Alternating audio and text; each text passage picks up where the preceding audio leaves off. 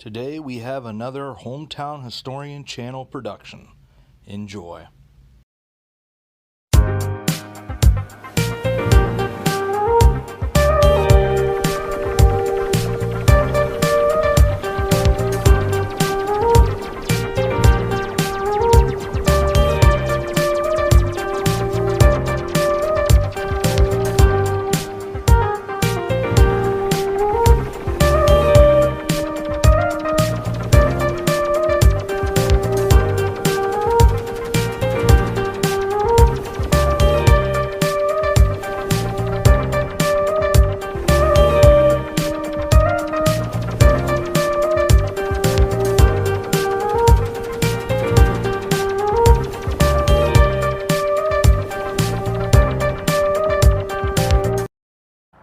Hey everybody, so this is Jonathan Moore with the Hometown Historian Channel. As always, we are here in Inwood, Pennsylvania.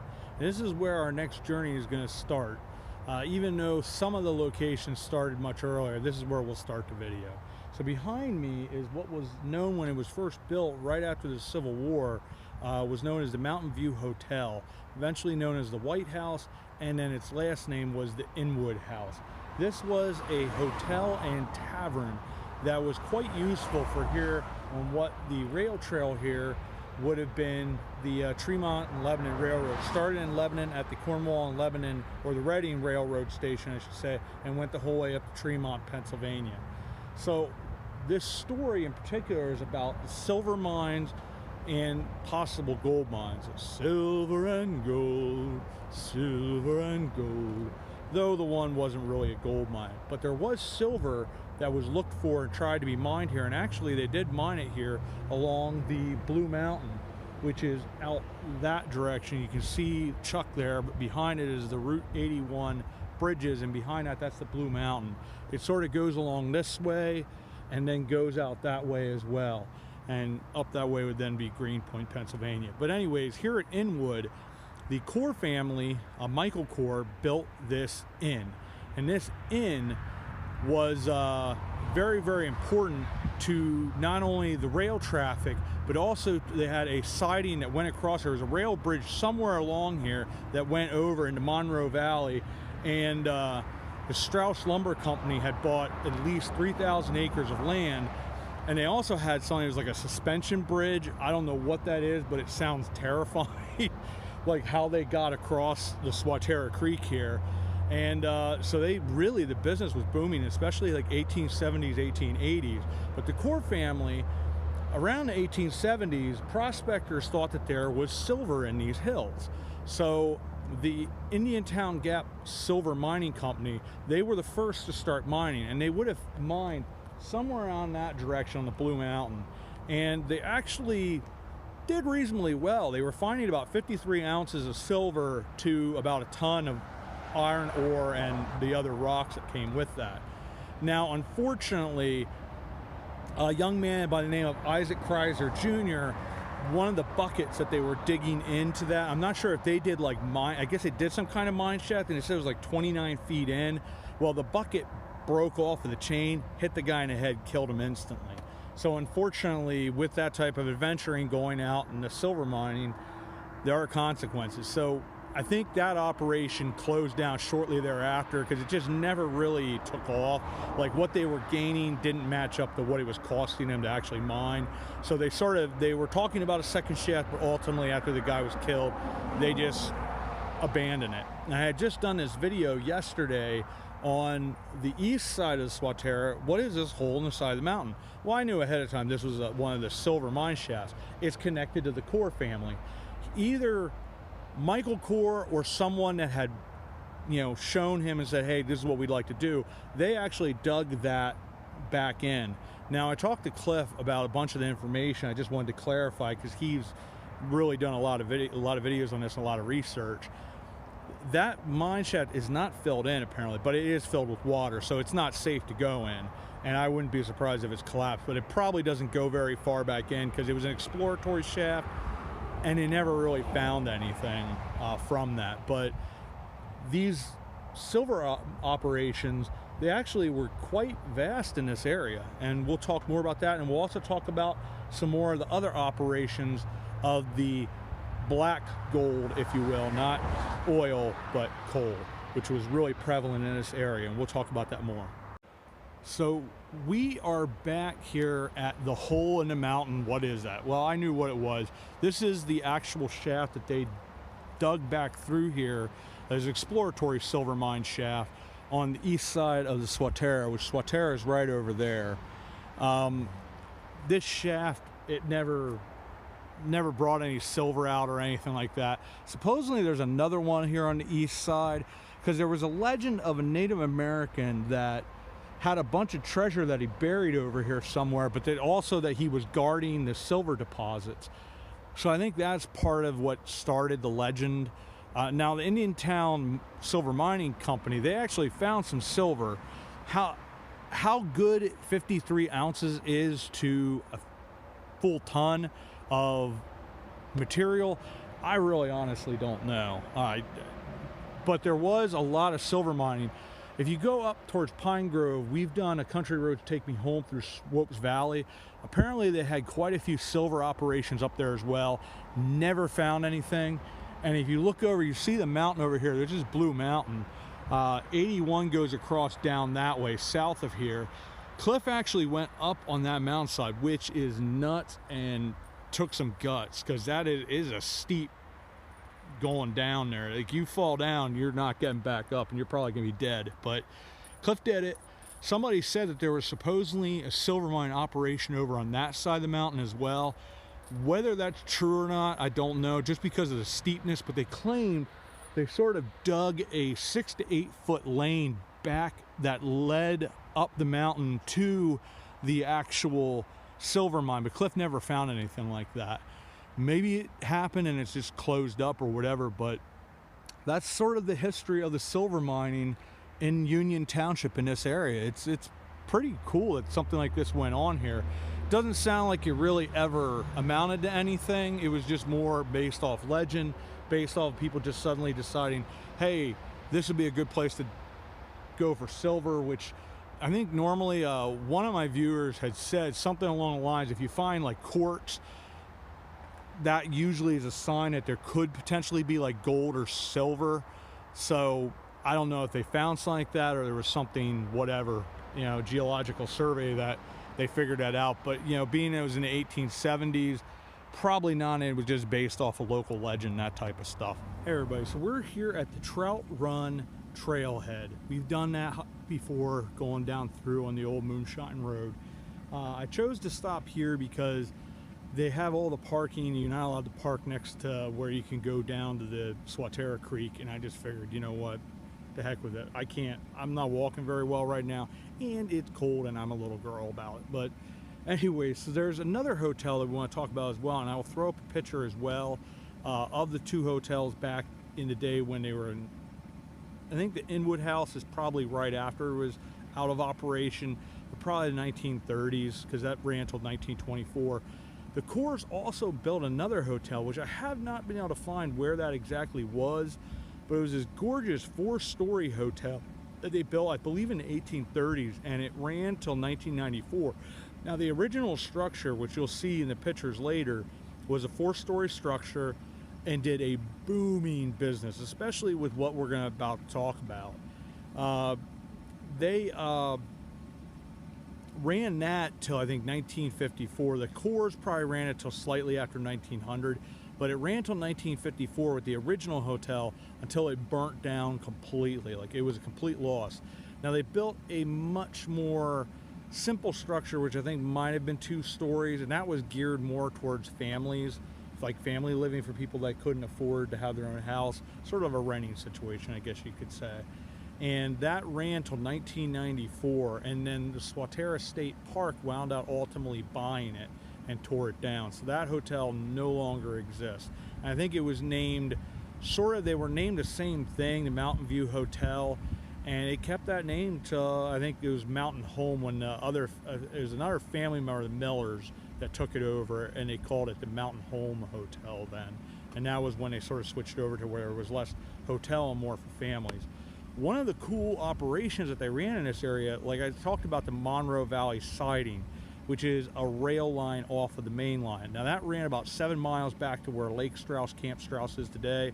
That's where the Strauss Lumber Company ran their operation and their 3,000 acres of land. There also was an iron furnace back there. What the location is, I can't find yet, but I will continue researching.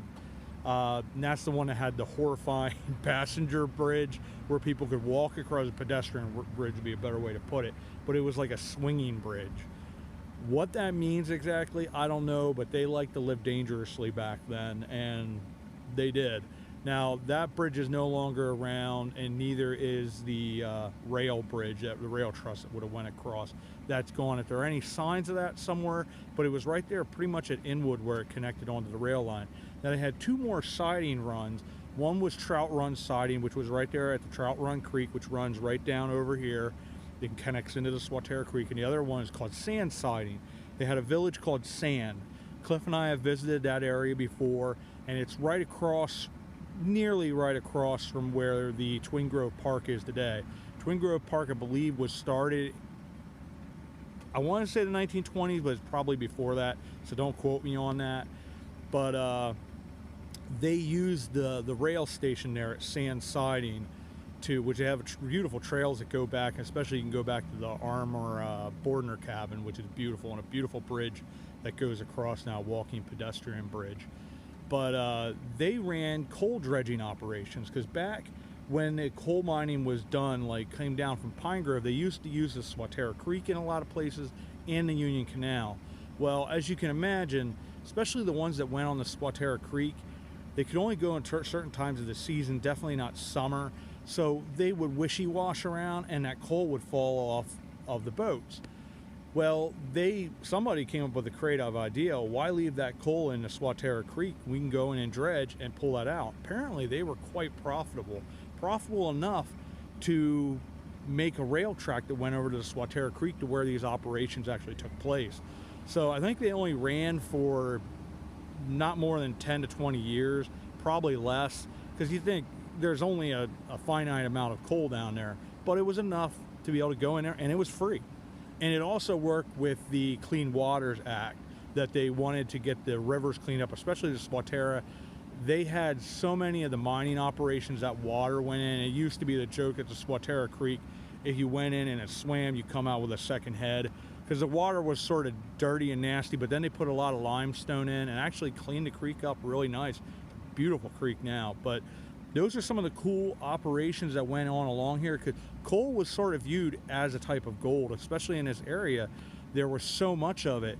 It was very profitable to the area, and it provided a lot of jobs. Not necessarily the nicest of jobs, and the communities weren't always, as we talked about before, you were basically an indentured servant, and the coal companies owned everything, and they basically owned your life. But that's a little bit more for this area. So this first picture is of the Inwood house. This would have been 1920s, 1930s at the end of its operation, but they added quite a bit onto this home to add a restaurant. And you see down in the basement there where the 2 people are standing, that's actually where, because they didn't have electric back then, that's where they would have kept a lot of the food and things like that to keep it cool. And it acts sort of as a storehouse and is like a freezer, if you will. They probably had ice because they had a big ice making operation in Lickdale right around that time. And once again, this operated till I believe it was 1924. Now this is the Mountain View Hotel. This is the one where I don't really know where the location is. It was, the second one was torn down when I was still pretty young, so I just personally don't remember it. I probably, if I would see a picture of what the second one looked like, I might remember it. But it was somewhere in the Swatara Gap here. But this was the one that was even more profitable. It was it looks like 3-story, but actually no, sorry, it's 4 stories. You can see the windows up at the top there. But this place was extraordinary. Unfortunately, burnt down in 1954. They rebuilt a less substantial structure, and it had switched over from being a hotel, if you will, to being more of a home for families that, you know, because this was, once again, the Greenpoint Valley is a pretty poor area. And ultimately, that second one operated until 1994, and that's when they sold it to the Swatara State Park to the state of Pennsylvania, and it was then torn down. All right, so I got to make a couple corrections. I actually looked a little bit more. I have a book here by Francis Ditzler that's from Lickdale, Lebanon County, Pennsylvania into the Swatara Gap. It's actually a really, really interesting. Is where I'm getting this information and these pictures from. So I'll put that also in the citations at the end, the credits.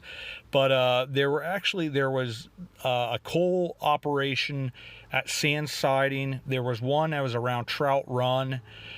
In that general region, it was probably maybe about 300 yards down the creek, because there used to be, I think it was Mount Springs Restaurant that was right where 443 met 72. Right there was a restaurant that had been there for a while, and that's where that siding operation for the coal happened. And then there was also one apparently at Inwood, another really profitable one on the Swatara Creek, much further south, but it's down toward where I used to live, Steelstown. Along the creek there's a bridge called Black's Bridge, and it was named after a local man that had a farm there. They also had a unique Union Canal went over that area of the creek, and the abutments I believe are still there, but into the 80s that was still there. And where they actually had, like, it'd be a wood structure that kept the water in it, and it would be like a bridge that went across. There's another name for it, my brain is just not working with me today, but that was there in the 80s yet, but apparently either via flood or something it just rotted away and fell down. But that was one of the really cool historical areas in Lebanon County. But they all ran actually quite a bit longer. I was saying 10 to 20 years. They started in the 20s and the 30s, all these different operations.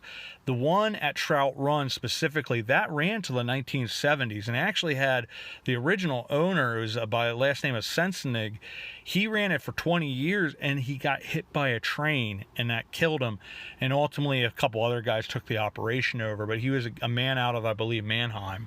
But all those different operations, apparently they ran for 40 or 50 years. So it was much longer than I thought they had. But that's why it makes sense a little bit more to me with the Clean Water Act, because I didn't think the Clean Water Act happened that early. I thought that was more towards the 50s and 60s. So it makes a lot more sense that these operated for a long while, and the government actually really, really approved. They were cleaning up the streams. Hey everybody, so our last place in this journey of silver and gold in Union Township, Lebanon County, Pennsylvania, or in that general region, is the village of Goldmine. Now we are here in Stony Valley. We're actually on the road that leads up to the village of Goldmine. I don't think we're going to walk up that far because it's uphill, my breathing sucks, and my feet aren't that great. I think it's a 15 to 20 minute hike. So we're going to go up here a little ways, and that's it. At some point, once I'm in better health, we'll come up here and actually visit the village of Goldmine, or what's left. There are actually quite a number of villages in this area. Further down the mountain, they have where the rail trail is now. That's where Rausch Gap, they found coal deposits around 1823. At that time, it was known as Rausch Run. It eventually became Rausch Gap. There's actually a cool cemetery up there. There's only like 3 stones, but a lot of ghost stories up in that area. We told some of them, like the headless miner who was carting his head around in a wheelbarrow up and down the railroad tracks. There's also another one where the guy, I guess, got decapitated by a train or something like that. He's still looking for his head. And then there was the lady that threw herself in front of the train because she messed up, and a bunch of people were killed in a train wreck because she didn't do the train switch. So a lot of unique stories out here. But there was another town a little further down, I think another 2 or 3 miles down from Rausch Gap. Rausch Gap is about 4 miles back. There's a very cool Swedish waterworks that used to be there. Cool old stone bridge that's still there. That was a rail bridge for the Susquehanna and Schuylkill Railroad. And is the oldest Swedish waterworks of that type in the New World. Now, I think some floods came through and that mine got destroyed, so I'm not sure if that's still there or not. Another 2 or 3 miles down further is the village of Yellow Springs, and then last but not least, there's Cold Springs, and that was a real famous resort for the rich. It was a healing resort type thing, a lot of really extravagant buildings, but that's all gone now. I think down further, once you get down to Clark's Run, there's actually an old iron furnace called Victoria Iron Furnace, and that we want to visit at some point as well. I'd like to take Cliff along to that one because I think it'd be pretty cool. But this village of Goldmine, they were all sort of started in that period of the 1830s and then went till basically about 1910, that region. And then the coal was running out and it wasn't profitable anymore, and the people moved out and the towns became abandoned. And you'll see the ruins like Goldmine. It's really cool. And there's a lot of really substantial, unique ruins up here as well. There's actually the stone turntable for the trains where they turn them around. That's out here somewhere. There's a couple of towers. There's one, I think, in the Goldmine region. There's other ones near Yellow Springs. And then just the different coal works. It's just really, really cool. Cliff and I actually found a mine shaft at the one area right near Goldmine. It was pretty neat. Why it exactly was named Goldmine, I can't answer you that. It was just one of those weird things that they determined to call it Goldmine, probably partially because coal was viewed as gold in these areas. You know, it was black gold, you know, unlike oil, which I think sometimes is referred to that as well. But it was really substantial. Their heyday really was from, say, the 1850s into the 1870s. And these areas were so important and vibrant communities to help spur the Industrial Revolution, the creation of steel and those types of things. Coal was essential. And that's this area here in Goldmine. This is another area, you know, the silver and gold, and this is a really important area right here in the edges of Union Township on the northern end. And someday we will come out here and we will visit. And I want to say thank you for coming along.